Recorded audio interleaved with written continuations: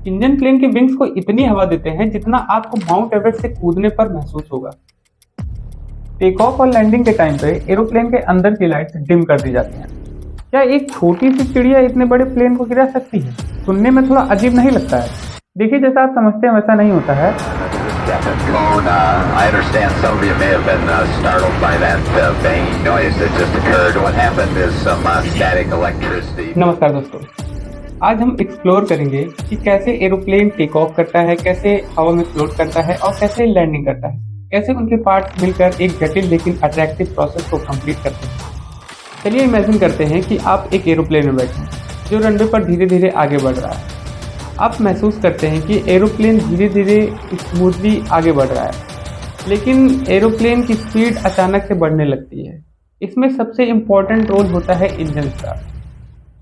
आप इसको ऐसे समझ सकते हैं कि आप पेड़ पर चढ़ रहे हैं। पेड़ पर चढ़ने के लिए आपको रस्सी दी गई है, रस्सी पकड़कर आप अपने आप को ऊपर खींचते हैं तो आप ऊपर चढ़ते हैं। उसी तरीके से एरोप्लेन आगे बढ़ता है। जब इंजन हवा को रस्सी बनाकर अपने तरफ खींचते हैं तो एरोप्लेन आगे बढ़ता है। इंजन प्लेन के विंग्स को इतनी हवा देते हैं जितना आपको माउंट एवरेस्ट से कूदने पर महसूस होगा। जब एरोप्लेन रनवे पर तेजी से आगे बढ़ने लगता है तब उनके विंग्स, जिसे हम पतवार कहते हैं, उसका शेप काफ़ी ज़्यादा इम्पॉर्टेंट हो जाता है। उस शेप को हम एयरफॉइल्स कहते हैं। एयरफॉइल के ऊपर का हिस्सा थोड़ा स्मूथ होता है और नीचे का हिस्सा थोड़ा कर्व्ड होता है। एयरफॉइल्स एक खास एंगल पर सेट होते हैं जिसे हम एंगल ऑफ अटैक भी कह सकते हैं। एंगल ऑफ अटैक को समझने के लिए चलिए एक एग्जांपल लेते हैं। सोचिए, जब आप चलती कार के विंडो से हाथ बाहर निकालते हैं और एंगल को 5 से 15 डिग्री तक रखते हैं तो हाथ को बहुत तेज़ी से हवा पीछे ढकेलती है, क्योंकि हाथ के ऊपर के हिस्से से हवा तेज़ी से फ्लो कर जाती है, लेकिन नीचे के हिस्से में हवा रुकने लगती है और जितनी ज़्यादा हवा बनेगी उतना ज़्यादा प्रेशर होगा जो हाथ को पीछे ढकेलेगा। उसी तरीके से एरोप्लेन के विंग्स का ऊपर का हिस्सा स्मूथ होता है और नीचे का हिस्सा थोड़ा कर्व्ड होता है, जहाँ पे हाथ के तरीके से उसमें भी हवा स्टोर होने लगती है और जो कि प्रेशर बनाती है और विंग्स को ऊपर ढकेलती है। चलिए इसे फिजिक्स के टर्म में समझते हैं। बर्नौली थ्योरम कहता है कि हवा की स्पीड जहाँ ज़्यादा होगी वहाँ प्रेशर कम होगा और हवा की स्पीड जहाँ कम होगी वहाँ पे प्रेशर ज़्यादा होगा। उसी तरीके से एरोप्लेन के विंग्स के ऊपर की हवा ज़्यादा थी और नीचे की हवा कम थी, जिससे प्रेशर ज़्यादा बन रहा है जो कि एरोप्लेन को लिफ्ट करने में मदद कर रहा है।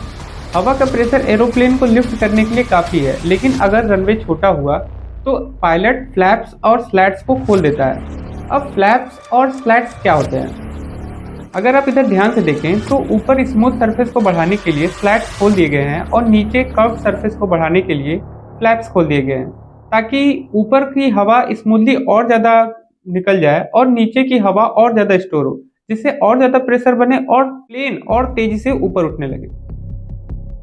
अब एक बार फिर से उसी अपने एग्जाम्पल पे आते हैं जिसमें हम अपने हाथ को विंडो से बाहर निकाले थे।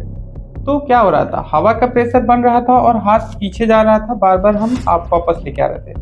अगर आप ध्यान दें, अगर कोहनी ताकत ना लगाए तो आपका हाथ पूरा पीछे जा सकता है। तो हाथ वापस आ रहा है कोहनी के ताकत लगाने से। तो उसी तरीके से एरोप्लेन के नीचे जब ज़्यादा प्रेशर बन रहा है तो एरोप्लेन उठ रहा है, एक समय ऐसा आएगा कि वो एरोप्लेन पलट जाएगा। तो उसी को कंट्रोल करने के लिए एरोप्लेन के पीछे के हिस्से में हॉरिजॉन्टल स्टेबलाइजर्स दिए गए होते हैं, जो कुछ इस प्रकार से होते हैं, जिनका काम होता है एरोप्लेन के आगे के हिस्से को, जिसे हम नोज कहते हैं, उसे कंट्रोल करना। हॉरिजॉन्टल स्टेबलाइजर्स के पास एक एलिवेटर नाम का सरफेस होता है जिसे पायलट ऊपर या नीचे कर सकता है। मान लीजिए एलिवेटर को ऊपर कर दिया गया और एज्यूम कीजिए सामने से हवा आ रही है। जब ये ऊपर कर दिया जाएगा तो क्या होगा? ऊपर हवा टकराने लगेगी, जिससे क्या होगा? टेल नीचे जाने लगेगा और नोज जो है उसका ऊपर आने लगेगा। उसी तरीके से एलिवेटर्स को जब नीचे के डायरेक्शन में कर दिया जाए तो नीचे के साइड में हवा ज़्यादा टकराने लगेगी, उससे क्या होगा? टेल ऊपर जाएगा और नोज नीचे आएगा।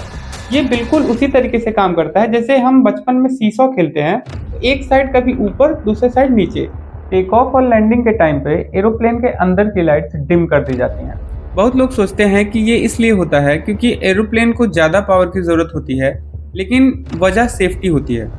इमरजेंसी सिचुएशन में पैसेंजर की आंखें बाहर के अंधेरे या इमरजेंसी लाइट्स में एडजस्ट हो सके, इसलिए लाइट्स डिम की जाती हैं। ये बिल्कुल वैसे ही है जैसे जब आप रात को एक ब्राइट रूम से सडनली अंधेरे में जाते हैं तो कुछ वक्त लगता है आंखों को एडजस्ट करने में।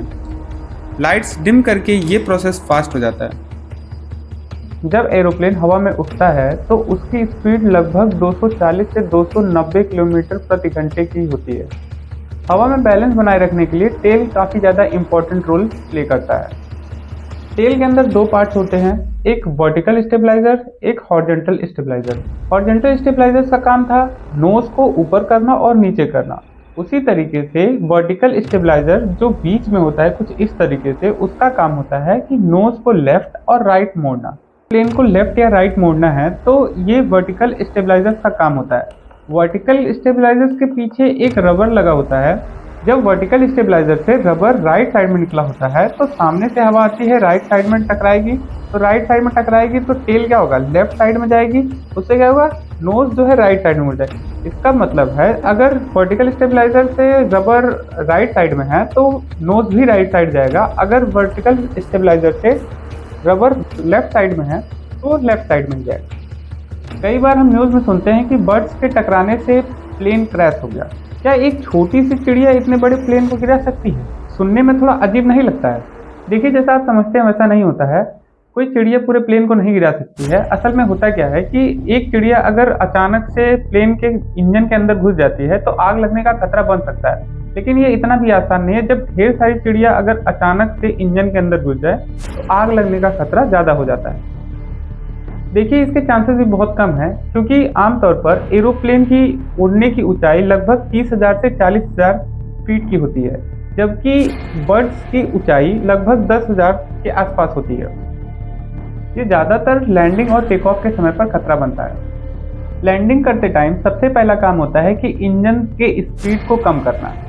सबसे पहले पायलट इंजन की स्पीड को कम करता है, फिर उसके बाद उसके टेल को धीरे धीरे ऊपर लेके जाता है ताकि नोज नीचे आए और प्लेन तेजी से नीचे आ सके। जब प्लेन रनवे के पास पहुंचता है तो लैंडिंग गियर्स को ओपन कर दिया जाता है। लैंडिंग गियर्स हाइड्रोलिक सिस्टम से खुलते हैं। अगर किसी कारण से हाइड्रोलिक सिस्टम नहीं काम कर रहा है तो वो ग्रेविटी के कारण भी नीचे आ जाते हैं। जब प्लेन जमीन से टच करने लगता है तो लाइट्स डिम कर दी जाती हैं। ब्रेक्स लगाने के लिए सिर्फ व्हील्स पर ब्रेक लगाना काफ़ी नहीं होता है। फ्लैप्स, स्लैट्स और एलिवेटर को भी एडजस्ट किया जाता है ताकि हवा के दबाव से प्लेन को रोका जा सके। तो दोस्तों, आपको वीडियो कैसा लगा? अगर आपको वीडियो अच्छा लगा तो लाइक करें, अगर आपको वीडियो अच्छा नहीं लगा तो डिसलाइक करें और बताएं क्यों नहीं अच्छा लगा, ताकि हम अगले वीडियो में इम्प्रूवमेंट ला सकें। नमस्कार।